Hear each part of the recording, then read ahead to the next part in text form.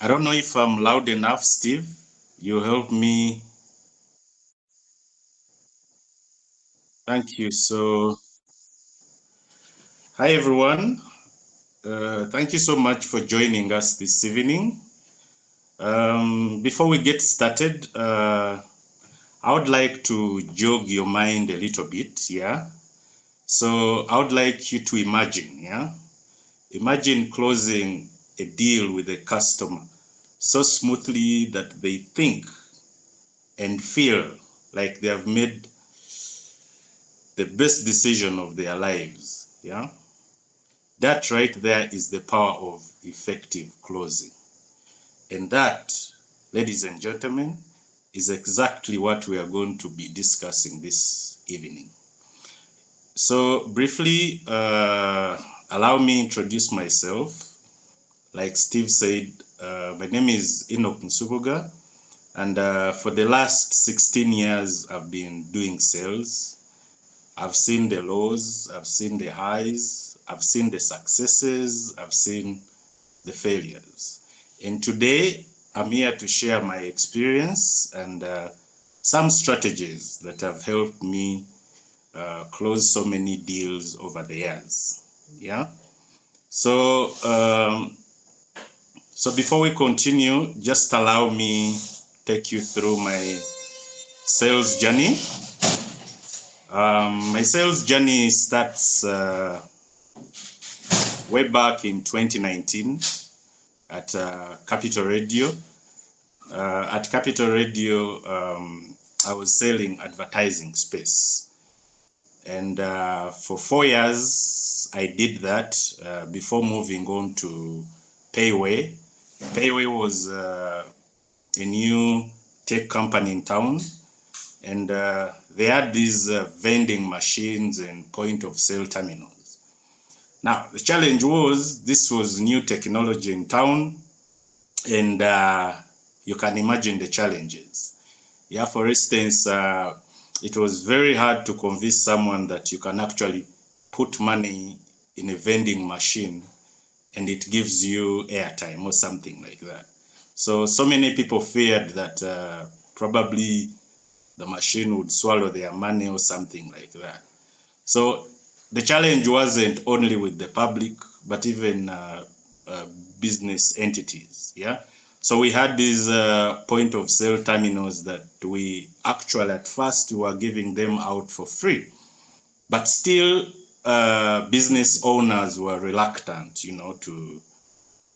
to take them on. So my job and my team for 5 years was, to convince Ugandans that this is the way to go. This is new technology.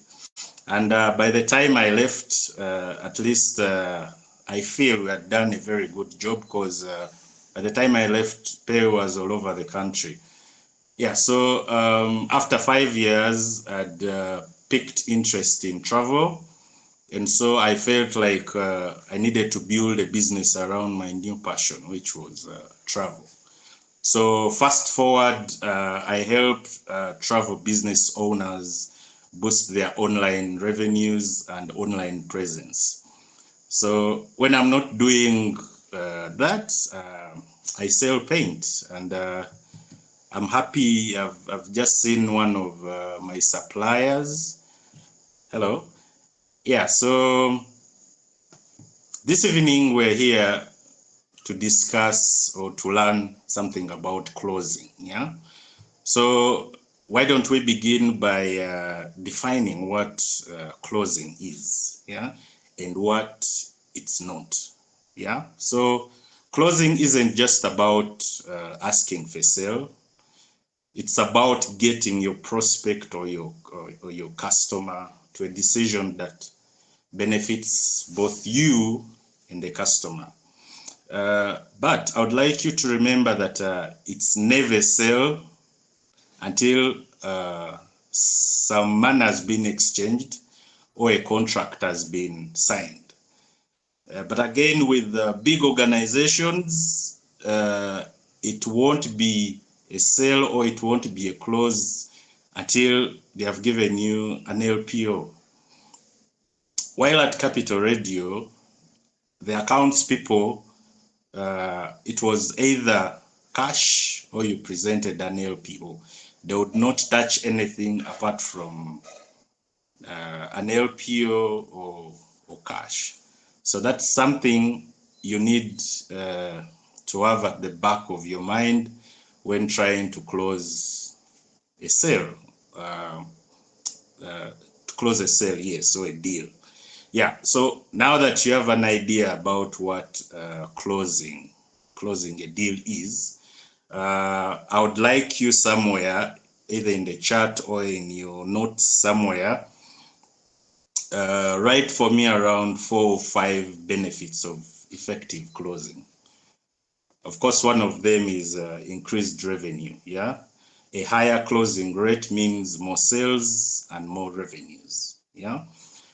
Yeah, so now that you know the benefits and what closing is, let's quickly look at the common closing challenges. Yeah, and my number one, and I believe so many people, is fear of rejection. Yeah, it's natural. It's natural to fear rejection.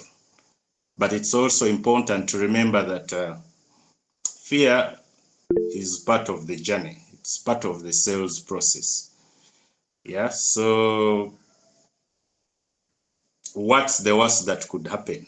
Yeah. The worst that could happen is a no. Someone saying no. But remember, it's always part of the selling process. The number 2 is lack of confidence. If you don't believe in yourself or the product that you sell, it will be very difficult to convince anyone about what you're selling or about your product or service. Number three, inability to handle objections.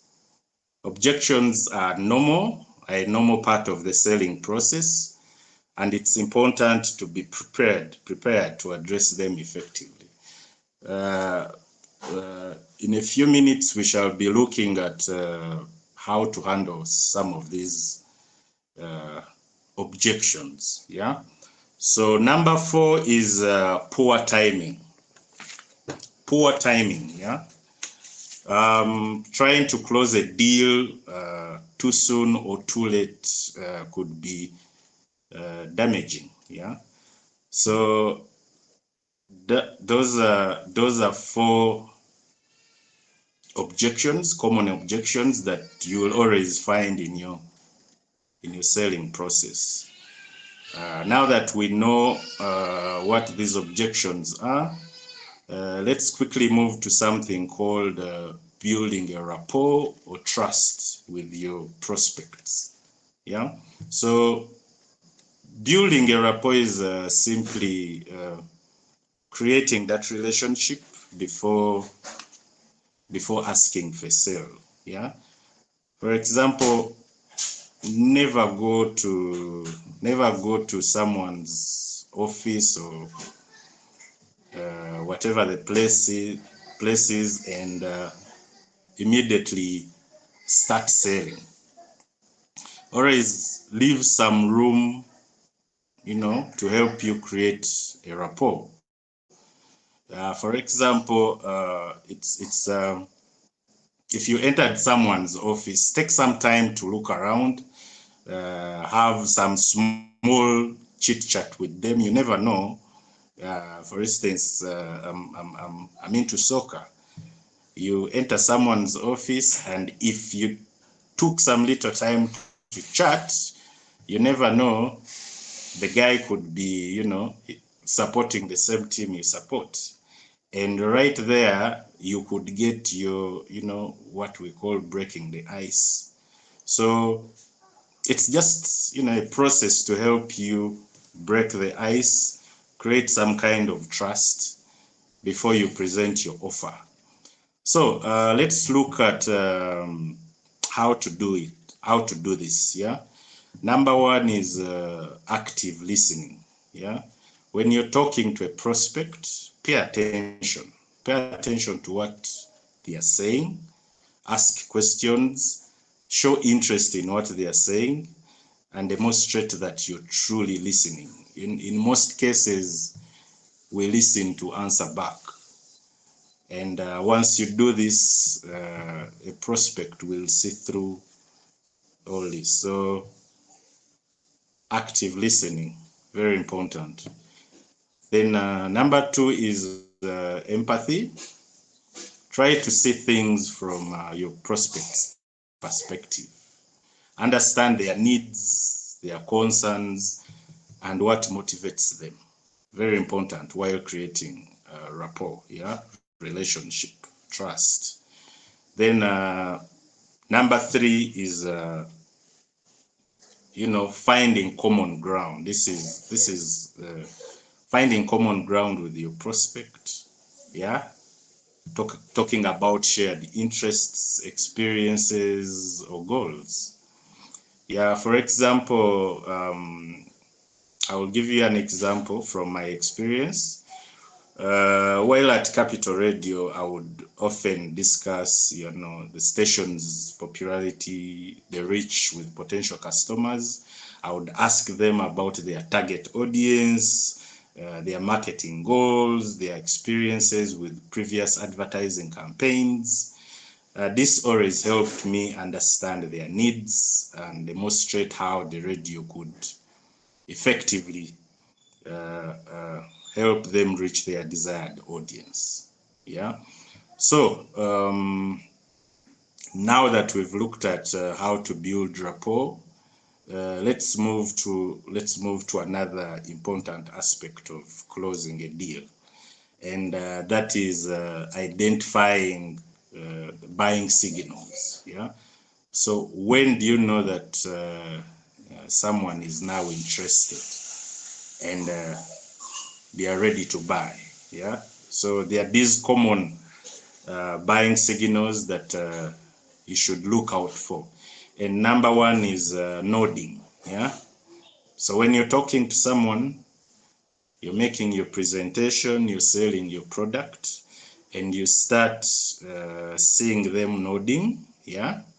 This could indicate agreement or interest. They are interested in what you're saying, and they want you to say more. Then the other buying signal is when someone leans forward. Yeah, this could also show engagement and interest, passion in what you're saying. Yeah. Then number 3 is asking questions. This is a good sign that your prospect is interested and wants to learn more. Yeah. The moment they start asking you questions, just know that they are getting interested. They are interested in what you're saying. So go ahead and listen and answer those questions. Then number 4 is when they start making positive comments. This could be a sign that your prospect is favorably impressed.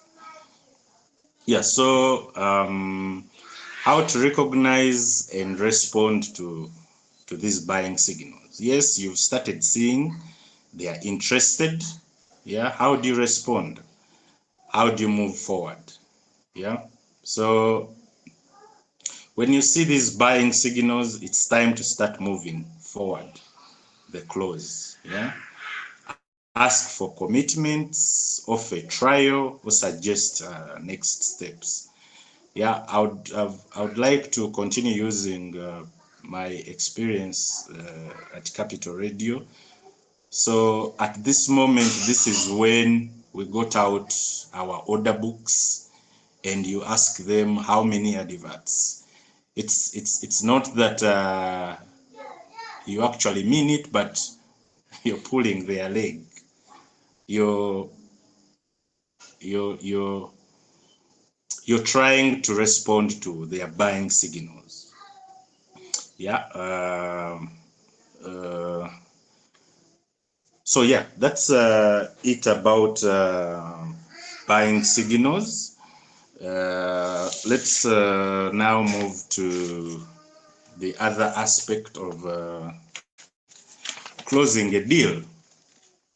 Yeah, so what are some of the closing techniques that you should be aware about? Number one, we have what we call assumptive close. Yeah, assume the sale has already been made. Ask for a decision. Ask questions like if you sell in kilos, ask how many kilos should I pack for you. Yeah. Number two, we are looking at closing techniques. Yeah. So number two is minor point. Minor point. It's what we call minor point close. Yeah. Ask for a small commitment to gauge their interest.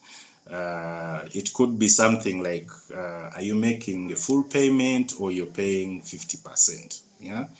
Then the other closing technique is what we call alternative choice clause. You present two options, both of which lead to a sale. Yeah. You could use the same question like I've just said. Are you paying now or paying later? You know, something like that. Then number four is summary clause. Yeah. Recap the key benefits and ask for decision. Always lead them to, you know, signing or giving you that money. Then number five is the urgency clause. Create a sense of urgency to encourage immediate action. Yeah. Uh, and you could throw in a line like unfortunately this deal ends on 31st, so you push them to make a decision because there's you've created that urgency, something like that. Yeah, so we've looked at a lot. This is closing is such a huge topic, but because I only have 1 hour, I'm trying to summarize so many things. But towards the end, I'll leave some time for you to ask, those questions, and then we try to understand more about this topic. Yeah. So moving forward, what should you do to master this skill of closing?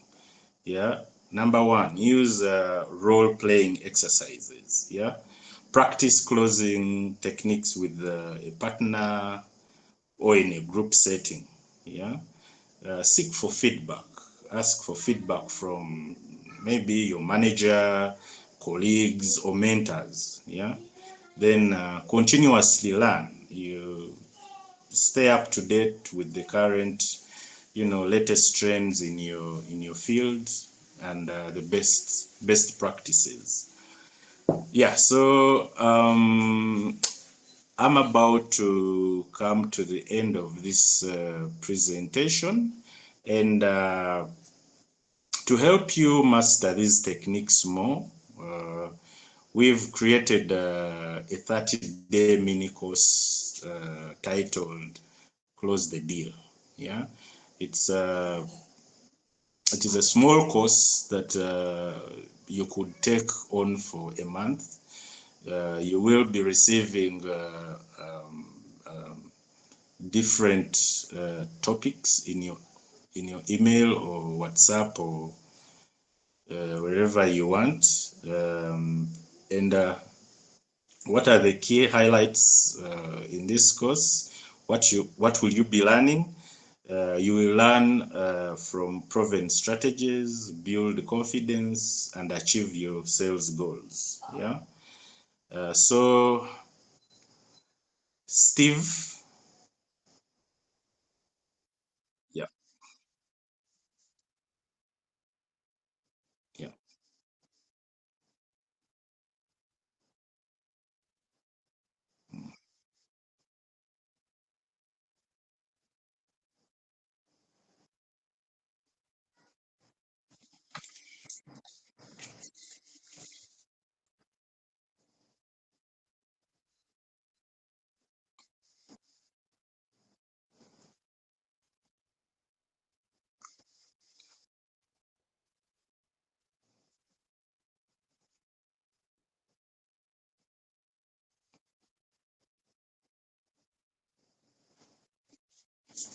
Steve, maybe something I'd promised to talk about how to overcome objections. So before looking at how to overcome objections, let's look at some common objections. Yeah. Number one is price. You've had, if you've been through this process, you've had this so many times. Someone saying it's too expensive. This objection does not necessarily mean that someone doesn't have the money, but it's probably because they need more information. So they use the excuse of it's too expensive. So it's in your best interest that once something like that comes up, you make sure that you find out, is it really about the price, or is it that you need some more information about my product or service? Then number two is timing. Yeah, someone will say things like, we are not ready to buy right now. So still it is something to do with whether they are convinced or not. So they will bring up such an objection, indirectly telling you that we are not yet convinced about your proposal, about your product or service. Then number three, competition. Yeah, you'll hear things like your competitors are offering a better deal. We used to hear this a lot at Capital Radio. You know, someone tells you that such and such a radio is giving us more adverts, they're giving us a better deal. But then how we handle this objection was, this was Capital Radio that we were talking about. But then Capital Radio had the best presenters, the likes of Alex. We had, they're called repeater boosters in Imbarara and Mbale. And that meant that Capital Radio had the biggest reach around. So we ended up telling them that, look here, it's not about the price, it's not about the cost of our adverts, but it's in the value that you're going to get once you sign up with us. So that is a trick on how to overcome that objection of competition. Yeah. Then let's quickly look at handling these objections effectively, though I've already given you a hint. One way to do that is listening actively. Yeah, let the prospect finish speaking before you respond. Like I said, in most cases, we always speak or listen to talk back instead of, listening to understand. So it's very important that you listen effectively, letting your customer say whatever they have to say before you respond. Then always try to acknowledge the objection. Yeah. Don't try to argue with the customer. If they are saying that your product is expensive, or if they are saying your competitor has a better product, don't argue with them. I'll give you an example. I used to be a member of a travel club, and they had some good deals, but then you also needed to pay membership to be part of this club. And we had a lot of things like travel is too expensive, travel is for Bazungu. We had been trained on how to answer that objection. and we had something to do, like when someone says something like that, go ahead and acknowledge what they are saying. You say something like, yes, I understand, I feel what you're saying, because before joining this travel club, I had the same mindset. I used to think that travel is actually expensive. But then when I joined this club and I started traveling, I found out that, hey, you can actually save some money and travel. You can actually get discounts on so many on so many of these things, like flights and activities. So acknowledge what they are saying, but go ahead and educate them. So in most cases, it's because they don't know what they're talking about. So as a business owner or as a salesperson, it's your job to educate your prospect and give them the right information that is going to help them make a buying decision. Yeah. So the other way of handling objections effectively is addressing the concern. Yeah? They will always, give you feedback on your product. So address the concern, provide a solution or explanation that addresses, the objections. I'll still take you back on my experience with Capital Radio. At times you would go into someone's office and then they would have a concern. Maybe the previous person never implemented their contract properly. They never, maybe if they were supposed to play 10 adverts a day, they ended up maybe running less. So before you do anything else, make sure that you're addressing that concern. You could, we were so good at this that you could even pick a call and, pick your phone and make a phone call and try to find out exactly what happened in front of the client, and showing concern and giving them the confidence that if they sign up with you again, that they won't have the same problems that they had previously. So then there's the other way of handling an objection is reframing the objection as a positive. Turn that negative into a positive. Yeah.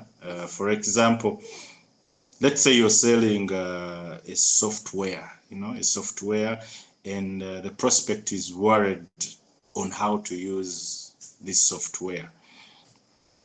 You simply assure them that I understand you're worried about how to use this software, but I'm going to make sure that my team, our team, trains your team on how to use this software, and we won't stop there. We shall give you support for maybe 3 months or something like that. So you give them that you've turned that negativity into something positive. Yeah. Then quickly let's look at crafting a compelling value proposition. Your offer, when you go to a client, what exactly are you offering? Yeah. So I'm just going to show you briefly on how to craft, your offer. So number one is tailoring to the needs of the customer. You need to understand your prospect's specific needs and tailor your value proposition accordingly. So when I was still new in sales, we always made this mistake of you prospect, you get a prospect maybe from by then there was no social media, but I mean, you would get a prospect anywhere in a newspaper or internet or something, and before you even meet them, you've already written a proposal, and you're meeting them with this proposal. You've not even, you know, had a chat with them. You've not interacted with them. You basically don't know what they are looking for. You don't know their challenges, and here you're already presenting a proposal. So of course, over time we learned that it was a mistake. So the right way of doing this is you meet your prospect, have a chat with them about, you know, their problems, their challenges. It is through this conversation that you have with a prospect that you'll be able to come up with a solution. And that will always be the best proposal that you can present to a prospect after listening to what their problems are. Don't assume, you know, don't assume that you know what their problems are. Then number two is highlight the benefits. Yeah, focus on the benefits of your product or service. Yeah, not just the features. Yeah, for example, if you're selling phones, instead of saying that your phone comes with a 200 megapixel main lens, you know, break it down and simply say that your phone camera is capable of taking very high resolution photos that you could even use to print. Yeah, or the camera takes very clear pictures even when you zoom out. I mean, even when you zoom in or zoom out. Yeah, so instead of using jargon and you know, throwing numbers and figures around, explain how exactly is your product or service going to help the customer. You know, it doesn't work if you keep throwing around, you know, the features of your product and service. Simply explain how they are going to make the customer's life better. Explain what will happen if they don't use your product. Yeah, so then number three is use storytelling. Yeah, create a compelling narrative that showcases the value you provide. Now, storytelling is such a powerful tool when it comes to selling. And this simply means, for instance, using your previous success stories, or using case studies, or using numbers. For example, if let's say you sell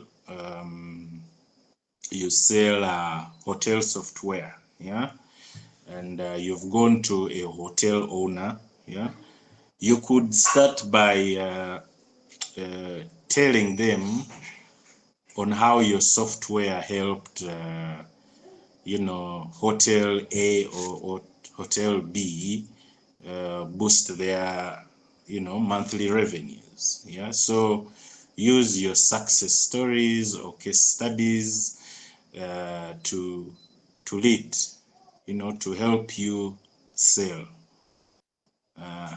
Hope I'm making sense here.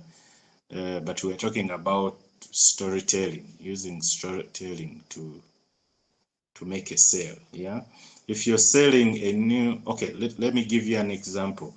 If you're selling a new productivity app, yeah, to a busy entrepreneur, tell them a story about a client who had increased their productivity by 30% after using your app. This will help them visualize the benefits of the product and see how it could help them achieve their goals. Yeah, so I guess I've tried to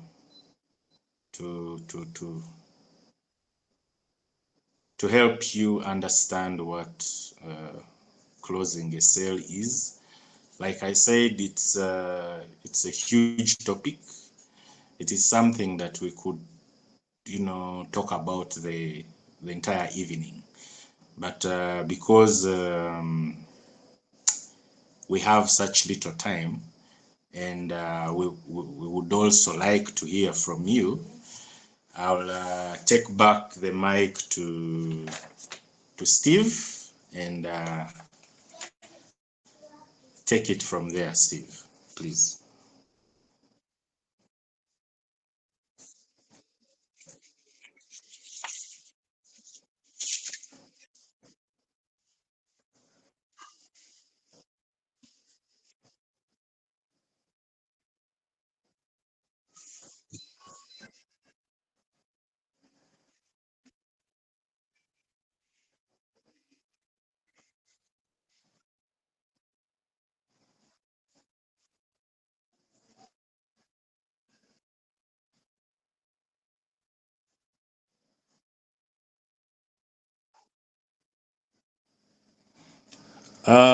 Thank you for that question. Sorry, I missed your name, but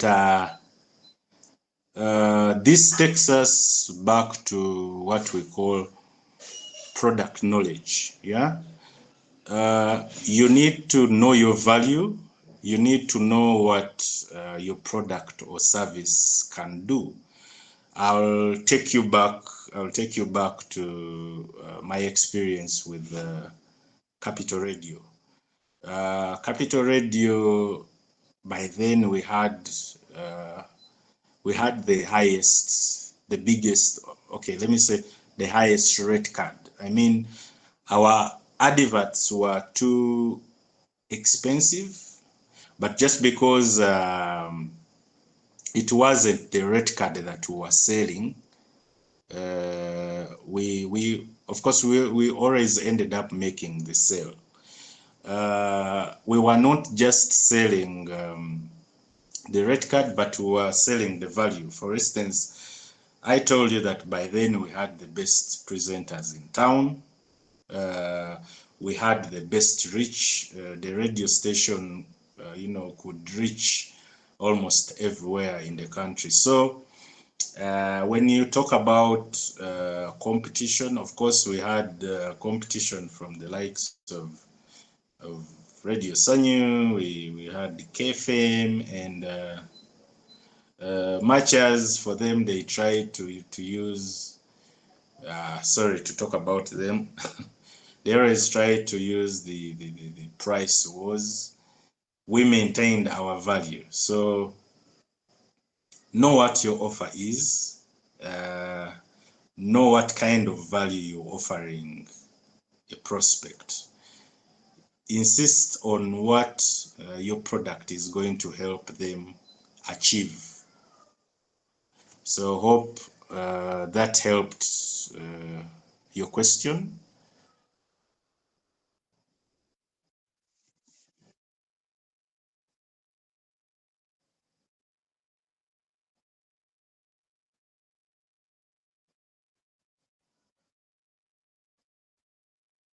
Yeah.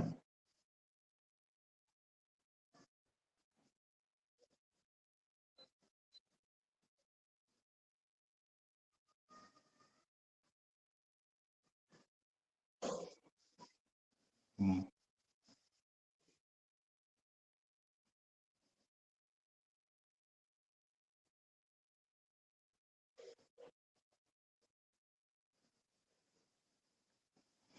Okay. Yeah. Thank you, Steve. In sales, there is what we call qualifying your leads. And actually, this works very well if you're selling online, or if you're using content to market, or you're using what we call education marketing. Let's say you're selling on, your platform is Facebook. Facebook has so many people. Yeah. So how do you then go ahead and qualify and qualify who your real customers are? Yeah. Okay, this is something that it is a long story, but you can use content to qualify your real customers. Yeah. Um, for instance, when you could create a piece of content, and then at the end of that content you put what we call what you put what we call a call to action. A call to action could be something like, if you're interested, leave your email or sign up or leave us your number. So at the end of the day, those who are interested will go ahead and sign up or leave you with that email or that number. And you realize that from a very big pool of prospects, you're now sieving, you're getting those particular people that are interested in what you're offering. It's more like what we did on this call. Yeah. There was a poster out there, but at the end of the poster, they were asking you to sign up. So it's only those that signed up that are on this call right now. Otherwise, they would have put it on Facebook for everyone to to join. But they made sure that they only host those that are interested. And exactly what is happening, we only have people that signed up. So Steve, I don't know if that has answered your question. Mm. Yeah.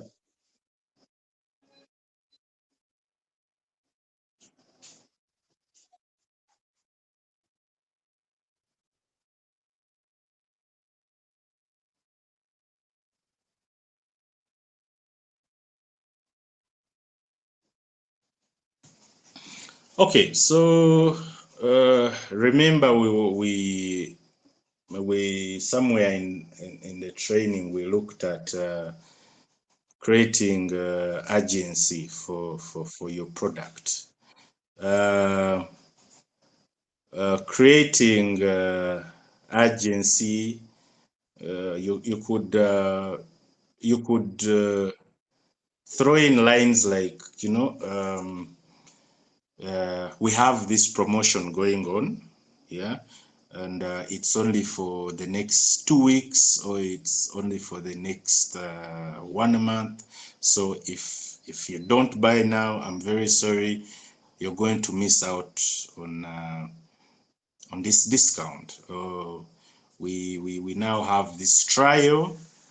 For example, I'll give you an example of there was a hotel software company from Nairobi, and they wanted to break the market here in Uganda. So they contacted me, and they wanted me to help them sell that software. So the trick I used was, whenever I called someone, I would tell them that we are giving you a free trial for the next 30 days. So you don't have to pay anything right now. Let's try it out. And by the end of this month, you would have known whether you want to sign up or not. But definitely the software was so good that whoever came on board ended up signing up. So you could use such tricks, offering, trials, or telling them that you're actually running a promotion right now. And if you don't sign up right now, in the next 2 or 1 month, you're going to miss out on this, discount. After 30th, the price is going to go back to, the normal price. So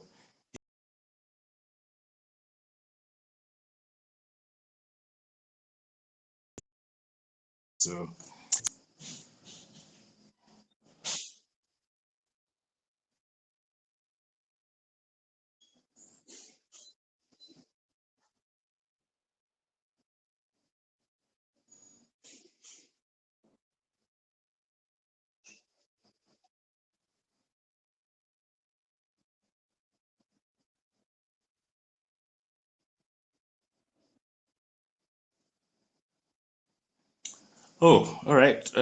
Thank you for that question. So there are two ways on doing that. Yeah. The first way is making sure that you give them a nice sales experience. Yeah. You make sure that okay, let's say it's a hotel. Yeah. They have checked into your hotel. The only way they are going to be able to give you a referral if they have a nice experience. Yeah. And besides you making sure that they have a nice service, don't assume that they are going to give you a referral. Go ahead and ask for that referral. Yeah. In most cases, if they had a good experience, if they had a good service with your product or service, they will definitely give you a referral. Then there's a scenario. There's a scenario when they have not bought, but then you still need that referral. In my previous travel club, we used that a lot. Yeah, that you go make a presentation and make your case about this travel club. You talk about their, products, their, all the nice things about this product. There were cases when someone would tell you that, travel is not my thing. Yeah. Uh, I've liked whatever you've told me, and but maybe travel is not my thing, or I don't have time. Now, this is when you came in and say, okay, fine, good, you've liked our product. Do you think you know someone in your circles or in your network that would be interested in what I've just told you? So in most cases, those people would go ahead and give you, oh, I know of a friend, I know this friend, she loves traveling and all that. And so they ended up, giving us referrals, even if themselves didn't sign up. But just because they have liked what you're selling, they give you a referral. So it's the same thing here. One, you make sure that they have had a nice experience with your product, so that becomes very easy for them to refer another person. Or if they have not bought, at least ask them if they know someone who could benefit from your product. Hope I've answered your question.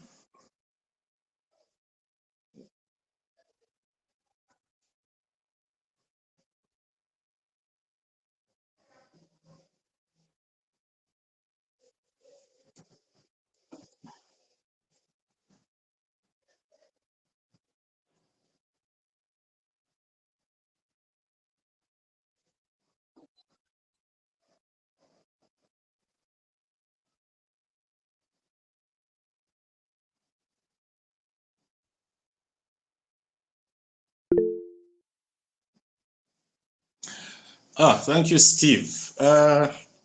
You see, um, there's always a customer buying journey. Yeah.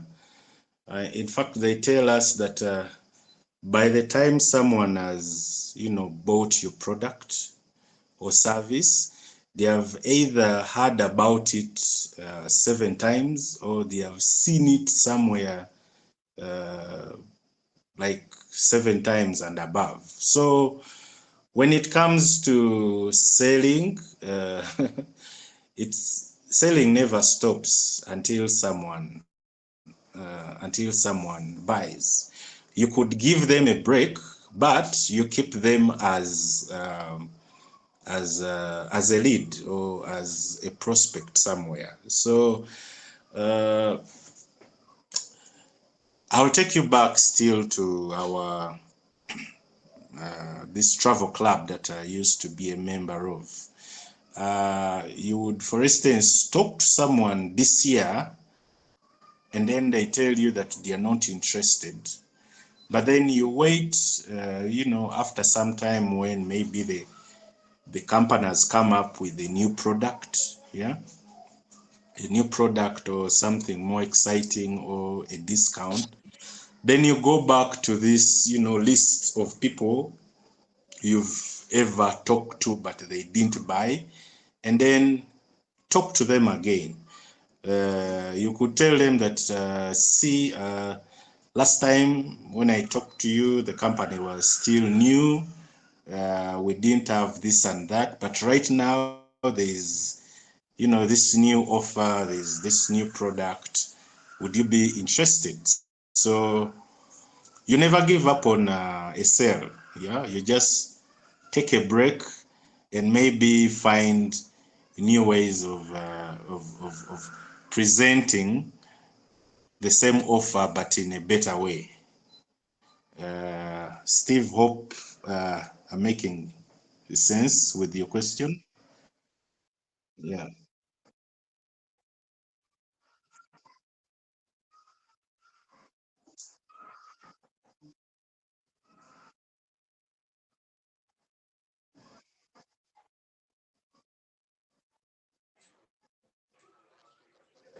Yes, thank you so much. I had a question. I'm in the presentation with a colleague. He was not able to log into his gadget. He's Bernard, and here is his question. Good evening, sir. Good evening, Bernard. How are you? I'm fine. So I have a question. Yes.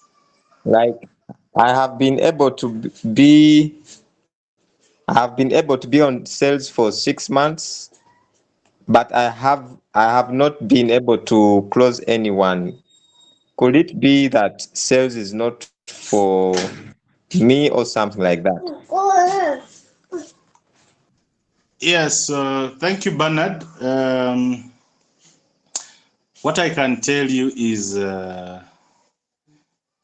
people pretend to say that you're born into sales, I don't believe that. Anyone can learn how to sell, and you should know that we do sell every day. Every time you wake up in the morning, uh, you start selling yourself. I think life is all about selling. You're ever trying to convince someone to buy into your idea. You're trying to convince someone to listen to what you have to say. So um, selling is for everyone. Yeah, selling can be learned by anyone. You only have to look at your product or service and make it better. Or it's also possible that you're targeting the wrong people. Yeah, uh, I'll tell you, there are car brands that you'll never see advertising on TV or anything like that. Yeah, it's because they know their target audience. The Ferraris, you rarely see them advertising on TV. It's not that because they don't have money to advertise, but they know where their customers are and they go to them. And that's why you've never seen their sales dropping.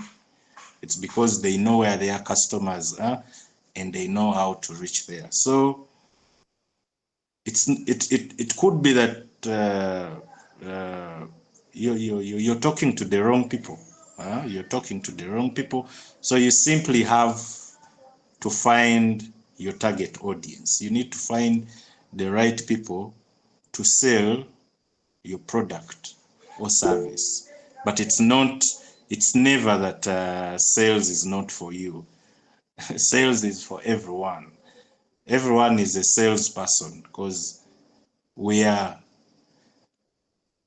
life is about selling. We are ever selling. It's selling and selling, and though it might not come out as selling, but you're ever trying to convince someone to do something for you or buy your idea or yeah. So hope that helps, Bernard. Yeah.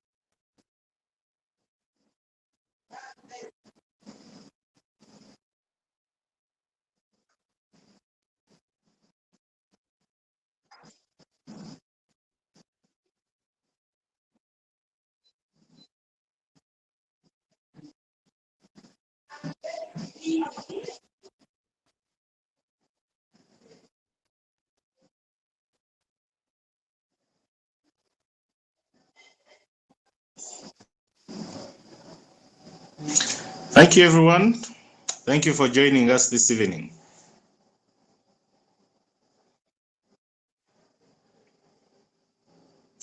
Bye.